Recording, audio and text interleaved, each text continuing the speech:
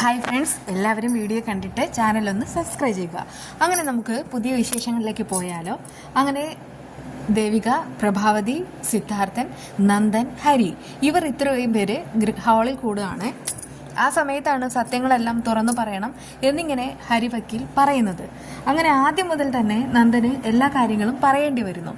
കൂട്ടുകാരെ ഒരിക്കലും ചതിക്കില്ല എന്ന് തീരുമാനം എടുത്തതുകൊണ്ട് തന്നെ നന്ദനെല്ലാം കൃത്യമായിട്ട് തന്നെ പറഞ്ഞു കൊടുക്കണം. അങ്ങനെ ഹരി വക്കീൽ ഓരോ കാര്യങ്ങളായിട്ട് ചോദിക്കുകയാണ്. ഋഷി ഇങ്ങോട്ട് കാണാൻ വരികയായിരുന്നു. നന്ദൻ ഋഷിയെ കാണാനായിട്ട് അങ്ങോട്ട് പോവുമായിരുന്നു. നന്ദൻ പറയുന്നുണ്ട്, ഞാൻ പോയത് അങ്ങോട്ട് തന്നെയാ. ഒരു കോംപ്രമൈസ് എന്നവണ്ണം സംസാരിക്കാനാ പോയത്. ഞാൻ പോയതിനൊരു കാരണമുണ്ട്. കുറച്ച് ദിവസം മുൻപ് അവനാണെങ്കിൽ അമ്മയെ റോഡിൽ വെച്ച് കണ്ട സമയത്ത് നന്നായിട്ട് തന്നെ ആക്ഷേപിച്ചു. എന്നിട്ട് അമ്മയെ കൊല്ലുമെന്ന് ഭീഷണിപ്പെടുത്തി. അതിനെപ്പറ്റി എനിക്ക് അറിയണമായിരുന്നു. പിന്നെ സംസാരിച്ച് എല്ലാറ്റിനും ഒരു തീരുമാനം ഉണ്ടാക്കണമായിരുന്നു. അങ്ങനെ ഞാൻ പോയത്. പക്ഷെ പോയ സമയത്ത് തന്നെ അങ്ങോട്ടും ഇങ്ങോട്ടും വാഗ്വാദങ്ങളുണ്ടായി. അപ്പോഴേക്കും എനിക്കാണെങ്കിൽ ദേഷ്യം വന്നു. അതിന് കാരണമുണ്ട്. അവൻ പറഞ്ഞത് അമ്മയെ കൊല്ലൂന്നാ. അമ്മയെ മാത്രമല്ല ദേവികയും കൊല്ലൂന്ന് പറഞ്ഞു. അതുകൊണ്ട് തന്നെ ഞാൻ ആ സമയത്ത് അവനെ തല്ലിയിട്ട് അവൻ്റെ കഴുത്തിന് നന്നായിട്ട് കുത്തിപ്പിടിച്ചു. പെട്ടെന്ന് തന്നെ അവൻ പ്രാണം പിടയുന്ന വേദനയിൽ എന്നെ നോക്കി. എന്നിട്ട് അവൻ താഴേക്ക് വീണു. ആ സമയത്ത് ഹരി ചോദിക്കുന്നുണ്ട്, എന്നിട്ട് നന്ദൻ എന്ത് ചെയ്തു? എന്നിട്ടെന്ത് ചെയ്തെന്ന് ചോദിച്ചാൽ, ആളൊഴിഞ്ഞ ഒരു വീട്ടിലേക്ക് ഞാൻ അവനെ കൊണ്ടുപോയി. അവിടെ പോയ സമയത്ത് അവൻ കുറേ കഴിയുന്ന സമയത്ത് അവനാണെങ്കിൽ ബോധം വീണു. അപ്പോഴേക്കും അവൻ വീണ്ടും പറഞ്ഞു അമ്മയും ദേവിയും കൊല്ലുമെന്ന്. എനിക്ക് ആ സമയത്ത് ദേഷ്യം വന്നിട്ട് അവിടെ ഉണ്ടായിരുന്ന ഒരു തടി എടുത്തിട്ട് അവൻ്റെ തലക്കടിച്ചു. അങ്ങനെ ആ സമയത്ത് അവൻ മരണപ്പെട്ടു. അത് കേട്ടിട്ട് ഹരി പറയുന്നുണ്ട്, ശരി അങ്ങനെ തന്നെ ആയിക്കോട്ടെ. പക്ഷേ എങ്ങനെയാണ് നന്ദൻ ആ പൊതുവഴിയിൽ നിന്ന് ഋഷിയെ നേരെ ആളൊഴിഞ്ഞ വീട്ടിലേക്ക് കൊണ്ടുപോയത്? താൻ ഒറ്റയ്ക്കാണോ അതോ കൂട്ടുപ്രതികൾ ആരെങ്കിലും ഉണ്ടോ?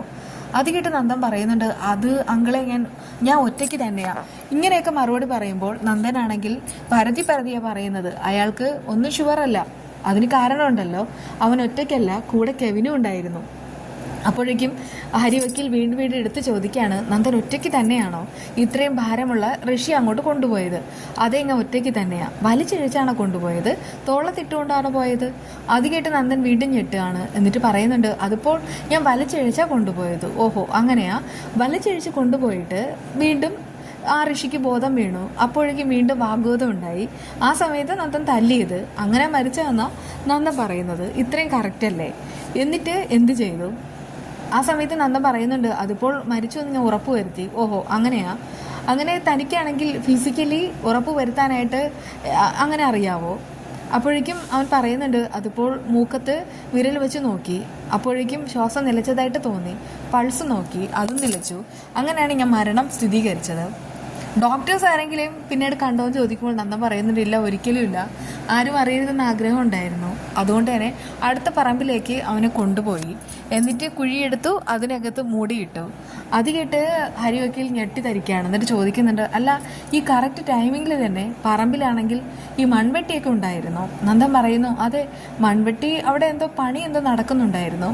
അതിൻ്റെ ഭാഗമായിട്ട് മൺവെട്ടി അവിടെ കിടന്നിരുന്നു. ആ മൺവെട്ടി എടുത്തിട്ട് തന്നെയാണ് ഞാൻ ആഴമുള്ള കുഴി എടുത്തത്. ശരി, അതുപോട്ടെ, കുഴി എത്ര അടി ഉണ്ടായിരിക്കാം? അത് കേട്ട് നന്ദൻ പറയുന്നുണ്ട്, അതിപ്പോൾ ഞാൻ അളന്നൊന്നും നോക്കിയില്ല. ഒരു ഉദ്ദേശം വെച്ചിട്ടാണ് കുഴി എടുത്തത്. എന്നിട്ട് ഋഷിയെ അതിനകത്തിട്ട് ഞാനാണെങ്കിൽ മൺവെട്ടി മൂടിയത്. ആ സമയത്ത് വീണ്ടും ഹരിവക്കീൽ പറയുന്നുണ്ട്, ആഹാ, അത് കൊള്ളാമല്ലോ. നന്ദനെല്ലാം അനുകൂലമായിട്ട് വന്നു അല്ലേ? നന്ദൻ തല്ലിയ സമയത്ത് ആരും കാണുന്നില്ല. ഋഷി വീണ സമയത്ത് ആരും കാണുന്നില്ല. നന്ദൻ അവൻ അവിടെ നിന്ന് കൊണ്ടുപോകുന്ന സമയത്തും ആരും കാണുന്നില്ല. അപ്പോഴേക്കും അവിടെയാണെങ്കിൽ ആളൊഴിഞ്ഞ ഒരു വീടും കിട്ടി. പിന്നീടാണെങ്കിൽ അങ്ങനെ ഒരു സംഭവം നടന്നിട്ടും ആരും കാണുന്നില്ല. കുഴി വെട്ടി മൂടിയിട്ടും ആരും കാണുന്നില്ല അല്ലേ? അത് കേട്ട് നന്ദൻ ഒന്ന് പകച്ചതുപോലെ നോക്കാണ്. അപ്പോഴേക്കും അദ്ദേഹം പറയുന്നുണ്ട്, ഇതിപ്പോൾ നന്ദൻ പറഞ്ഞതനുസരിച്ച് എല്ലാം അനുകൂലമാണല്ലോ. ശരി, അങ്ങനെ ഇരിക്കട്ടെ. അടുത്തൊരു ചോദ്യം, ഋഷിയുടെ പ്രേതത്തെ നന്ദൻ കണ്ടു എന്ന് പറയുന്നു. എവിടെ വെച്ചാൽ കണ്ടത്? നന്ദൻ ആ സമയത്ത് അത് ഓർത്തെടുക്കുകയാണ്. എന്നിട്ട് പറയുന്നുണ്ട്, ഇവിടെ എൻ്റെ ബെഡ്റൂമിലാണ് ഋഷിയുടെ പ്രേതത്തെ ഞാൻ കണ്ടതാണ്. എന്നിട്ട് അന്നത്തെ അവർ നടന്ന സംഭവം ഇങ്ങനെ പറയുന്നുണ്ട്. അതായത് ഋഷി ഇങ്ങനെ ചോദിക്കുന്നുണ്ട്, എന്നെ കൊന്ന് മൺവെട്ടി മൂടിയിട്ടിട്ട് ഇവിടെ വന്ന് സുഖമായിട്ട് ഉറങ്ങാമെന്ന് താൻ കരുതിയോ? അത് കേട്ടിട്ട് ആ ഹരി വക്കീൽ വീണ്ടും വിശ്വസിക്കാൻ ചോദിക്കുകയാണ്, അല്ല, അതിനുശേഷം കണ്ടിട്ടുണ്ടോ? കണ്ടു, ഞാൻ പുറത്തു വെച്ചും കണ്ടു. എന്നിട്ട് അന്നത്തെ സംഭവം ഇങ്ങനെ വിവരിച്ച് പറയുന്നുമുണ്ട്. ശരി, നന്ദനാണെങ്കിൽ ഇതിനു മുൻപ് എത്ര പ്രേതത്തെ കണ്ടിട്ടുണ്ട്? അത് കേട്ടിട്ട് നന്ദനാണെങ്കിലും മറുപടിയില്ല. അങ്ങനെ ഒരു സംഭവം നന്ദൻ്റെ ജീവിതത്തിൽ ഉണ്ടായിട്ടേ. അല്ല, ഈ പറയുന്ന പ്രേതം പാൻസും ഷർട്ടും ഒക്കെ ഇട്ടിട്ടാ വന്നത്? നന്ദൻ പറയുന്നുണ്ട്, അതെ, പാൻസും ഷർട്ടും ഇട്ടിട്ടാ വന്നത്. ആഹാ, അത് കൊള്ളാമല്ലോ, നമ്മുടെ നാടിൻ്റെ പുരോഗതി.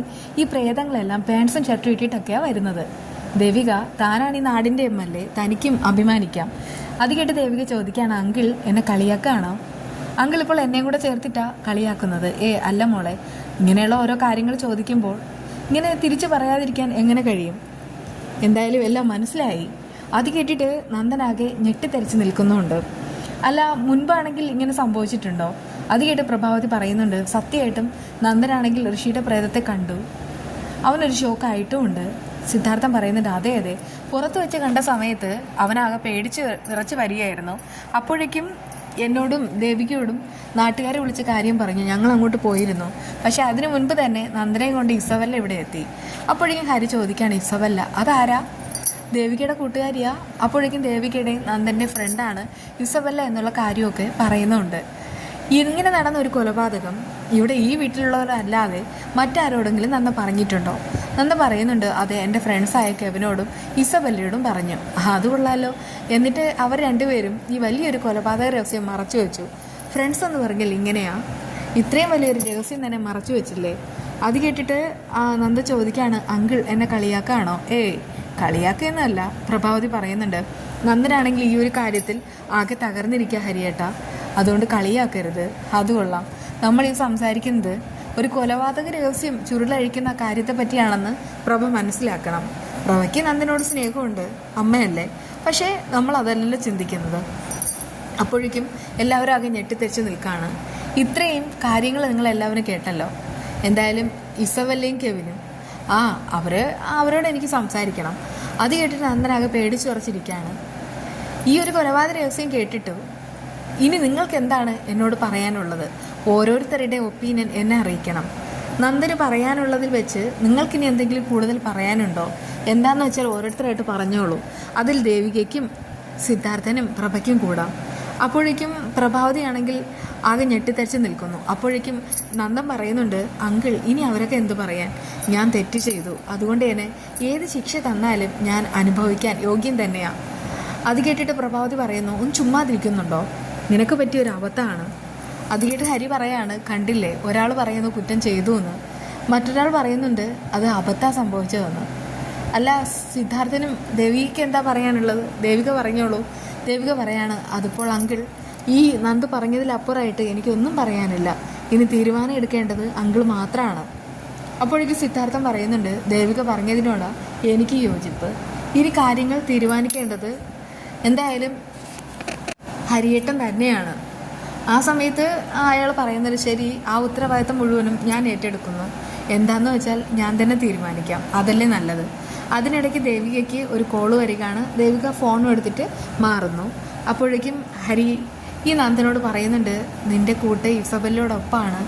ആ ഒരു കൂട്ടും കാര്യങ്ങളും എല്ലാം പാവം ദേവികയെ വല്ലാതെ വേദനിക്കുന്നുണ്ട്.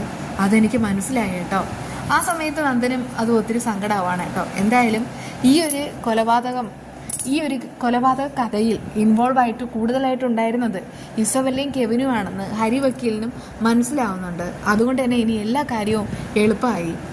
ഈ പച്ചക്കള്ള മുഴുവനും പൊളിക്കുന്ന ആ ഒരു കിടിലം വിശേഷമായി നമുക്ക് വീണ്ടും കാണാം. ബൈ.